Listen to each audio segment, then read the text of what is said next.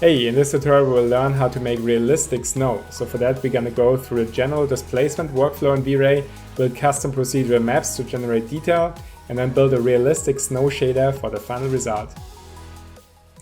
So this one right here is the scene that we're gonna be using. I have a reference picture here of a snowball that I found online which I liked. So it has like one part of the snowball which is in sunlight, the other one will be in shadow. And then also I think the shape is kind of interesting. So it has like these kind of small details here on the edges, which are also responsible for these kind of highlights here, these kind of glints here in the lid parts. So we try to recreate also something like this. So the workflow basically would be to first displace here our geometry to have this kind of shape, and then afterwards apply a snow shader to it to make it look correctly. So if I render my scene, I get this kind of result at the moment, and you can see it has some very basic lighting setup already in place, so a sunlight here on the back and some 𝐓𝐡𝐢𝐬 for reflections. But other than that, let's first focus about the displacement here. And I applied this VRayDisplacement modifier, put it to subdivision, and now our sphere is being subdivided during render time. And how can we preview this? We can apply here in our diffuse map a V-Ray edges texture, and then we can see actually how much geometry is really generated during render time. So now by decreasing this edge length here, we can generate more geometry because each of those little black lines you see would be one edge, and it would be subdivided 256 times until it reaches, in this case, an edge length of 2 units. And the lower you go, the more it will become subdivided. But let's first switch back to 4 here. And then let's add this kind of gradient ramp texture in here to just understand how this displacement modifier is working. So it's a combination out of 2 different kind of effects. One is that it can subdivide our actual geometry and then displace this geometry following like whatever texture map we put in here. But the other thing is that if it doesn't have enough subdivisions here, it will also generate these kind of details by basically applying a normal or bump map on top of everything, and it kind of creates this illusion of detail. So it's always like this combination out of those 2 elements in here. So now if we lower this edge length here, then we will introduce new geometry that's being displaced. And now we actually have a chance to follow the shape that's defined here in our map. So the lower we go, the more detail we have in our actual geometry, and the more it represents our real shape. So for example, if I go to 0.5, then I think now the shape, if I hide here this edges texture here, already looks more or less like how it should be. Maybe even a little bit less, because here on the edges there was some small mistake. So for this scene with this resolution and this camera distance, I think an edge length of 0.2 is fine. If we go in here, we can see there's a little bit of a tiny problem here. Let's just decrease the edge length even lower, and then we can see this part now also looks totally clean from this distance. There's also an option to make it depending on like how far you're away with it from the camera. Let's not get into this to simplify stuff. So I think always try to not make this edge length here too low, because otherwise it will increase a huge amount of geometry detail in here, which V-Ray can handle, but stuff like GI calculation and so on will be significantly slower than if you have these details being generated by the normal map that's also applied to with this displacement modifier in here. So always try to go as high as you possibly can in order to make it speed up as fast as possible. But anyway, now with this little bit of theory out of the way, let's focus about how we can generate some interesting displacement map here for our snowball. So now I cleared up everything, applied a new V-Ray displacement modifier, and added this composite map in here. At the moment just has this one noise map in here. And later on we're gonna add more and more layers to make a more complex looking effect. So now let's check out our first noise layer. Let's choose a different size, for example, like 15. Now we get some displacement already that's coming from the noise. I think at the moment the contrast here is too strong, so let's dial down here the contrast a little bit so that we don't change the overall spherical shape here of our model. And then we can switch here this noise type to, for example, fractal. And this way we will introduce different scalings of noises on top of each other. So we have a bigger noise and smaller noises. And here with these levels, we can define like how many of those noise levels are applied together. So for example, something like 5, we have already more detail. And if I go all the way up to 10, you will have quite a lot of detail that's happening here on our sphere geometry. And now we can add like a new layer in here. So I just make a new layer and we just use the existing one here as a starting point.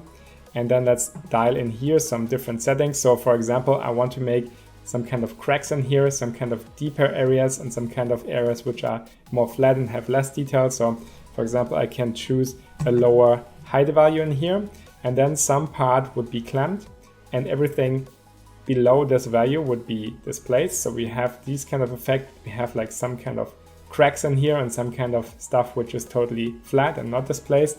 And now we can just blend both of them together, because at the moment we use 100% here of this one. But for example, if we blend now 50% together, we will have a combination of those two different maps here. And then you can see we have like some parts where we have these kind of cracks here, which is more rough, and then some parts which are much less detailed. So now I think we have the general shape in place, and now we just need to fine tune it by adding like these kind of little edge details here. So it looks a little bit more like some snow material. So I will just add a new noise map in here. And let's switch this one here, for example, to a turbulence, decrease the levels here to 1. And now let's find some very small values, something like 0.1, for example, to have these kind of spiky effect that's happening. You can see at the moment it looks a little bit like some fur material here, but we're gonna dial that in correctly in a second. Let me just put here this one to screen, and then for example a value of 10. Now you can see we will add this part here. We have all of those little spikes that are coming out here. Let me just add like a render region so that you can see it better. So we have now all of those little spikes that are coming out here. I think at the moment it's like too many. So we can go in and just clamp here the low value to, for example, 0.15.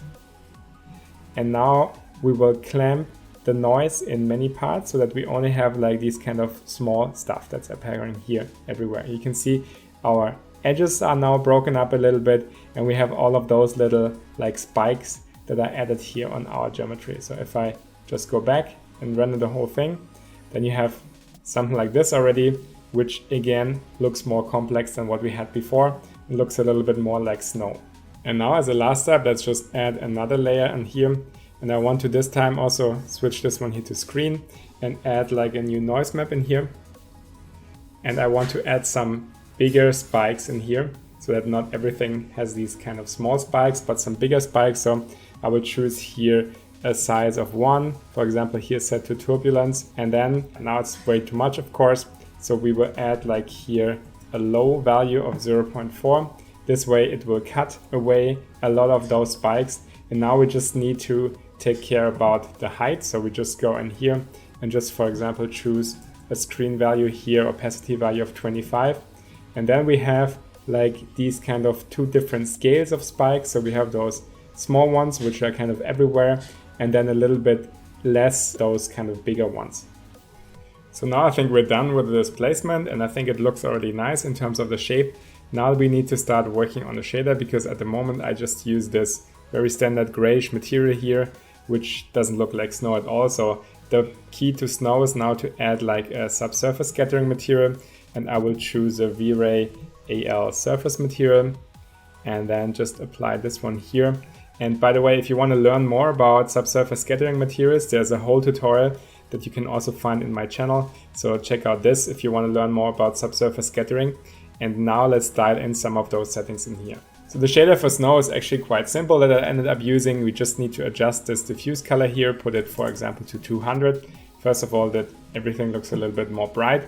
And then we need to increase this SSS mix value here all the way up to 1 so that we have the subsurface scattering effect. Now we'll just let it render for a second that you can see how it looks like. So I think that looks already quite nice. The only problem is that here our subsurface colors, they follow more like something that you would expect in skin. So we have these like reddish subsurface colors in here. So we would need to change that, and let me just do that. So here, for example, I will just choose like a white color tone. And then for this color here, I have something that I can just paste in, also some bluish color tone. And then let's just render this a second and then see how this one looks like. So I think this looks nice now. The only thing that would change maybe would be the reflection. So if we check here the specular, we can see we have these kind of nice looking but a little bit broad highlights. So I want to have this very strong speckles here, this very like white glints here in the sun part. So I would change the reflection roughness to 0. and the IOR to 1.5, and then also switch this one here to 𝐘𝐸X. And now let's render it a little bit. And now if we check here the specular layer, we have a different appearance. We have these highlights which are much more crisp and much more bright. So once we rotate the camera around or we rotate the object around, those will like jump around and get this kind of glittery effect that you will always see with snow normally. So that's basically the end of the shading here. And now the only thing that we have to do is to unhide all of our parts here. Also apply this shader to this part here. And then let's this one render a little bit. Yeah, so this one is now our final scene. So we have the same displacement here on this nose part, and then a few words about these coal parts here. Actually uses exactly the same kind of workflow like the snow. The only difference is that these kind of things that I displace here outwards, for these coal parts, I displace those inwards. So you can see these kind of holes in here, which make it look a little bit more rough. And then it's just like a very simple V-Ray material applied to them to make the final look. Yeah, and that's basically the final scene. So if you're interested in the scene itself, you can find this over on my Patreon. If you like this kind of content, subscribe to this channel and also hit this post notification bell to always be notified about updates when new tutorials are coming out. Yeah, and other than that, I hope you stay safe and see you in the next tutorial. So see you and take care.